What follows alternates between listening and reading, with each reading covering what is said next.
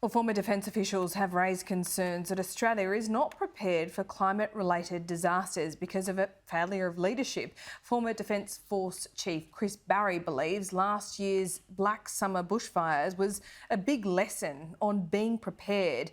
And the retired Admiral joins me live now. Thanks so much for your time, Admiral Chris Barrie. Why do we need a climate risk and security assessment?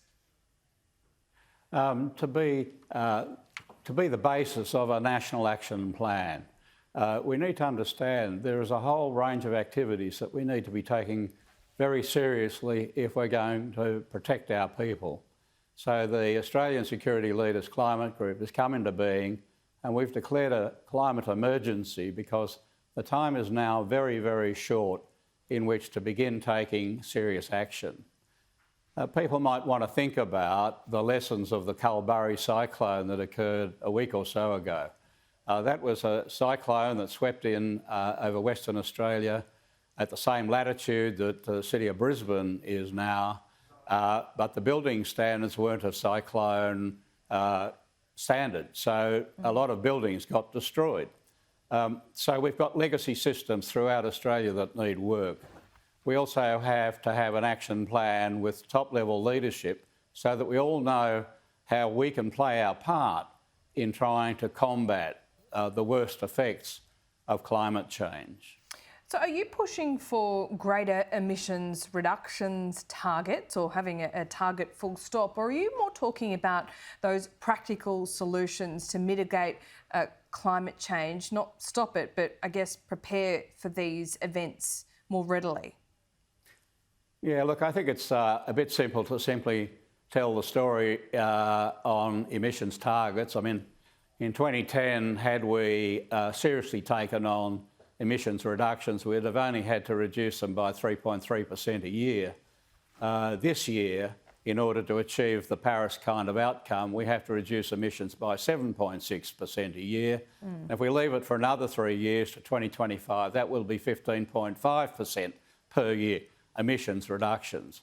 But that's only part of the story. What about all the other things that we need to think about? As I've just talked about, legacy systems that now need to be changed. We need to talk about the infrastructure programs that we need to deal with the effects of climate change. You know, I think nearly every local government authority in Australia has a climate action plan. Those were prepared some years ago. And they included the need to change infrastructure such as sewage treatment plants that will be underwater with sea level rise and storm surges. Yeah. And yet we haven't done much to make those kinds of changes. Mr Barrie, all this said, should then we really seriously be considering the nuclear option, which is nuclear power? Bill Gates says it's a good idea. Perhaps we should consider it. Well, we know about transition processes, and nuclear power is one of them. Our government's talked about using gas as a transition energy. Personally, I think the prospect with renewables offers enormous opportunity if we were to invest in it fully. And I think we could, instead of having to go through the next stage to the third stage, why don't we go straight to the third stage and just do what it is we want in the target zone. But that's the essential ingredient of having a national action plan. You know, you can't row a boat without everybody pulling in the same direction. In this country, I think our community has done pretty well. But at the leadership level, I think we've been lacking. And I think we would all like to know what it is we need to do.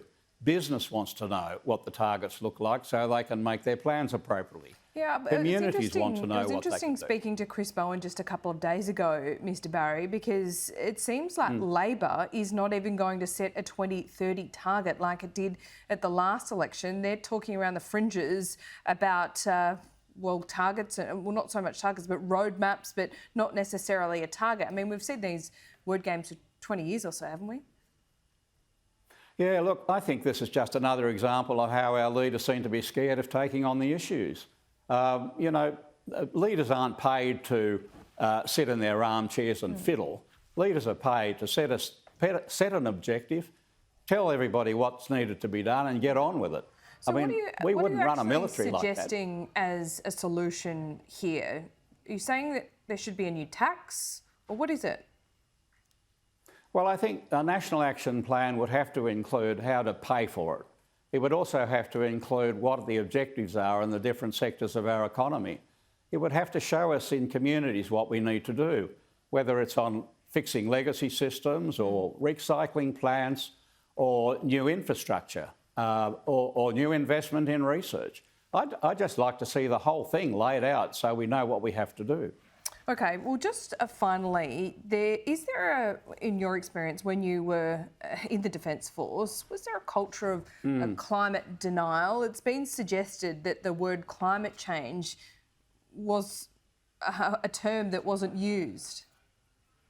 Yes, look, when I was the Chief of the Defence Force, Australia was a global leader. For a small populated country, we had extraordinary access throughout the globe.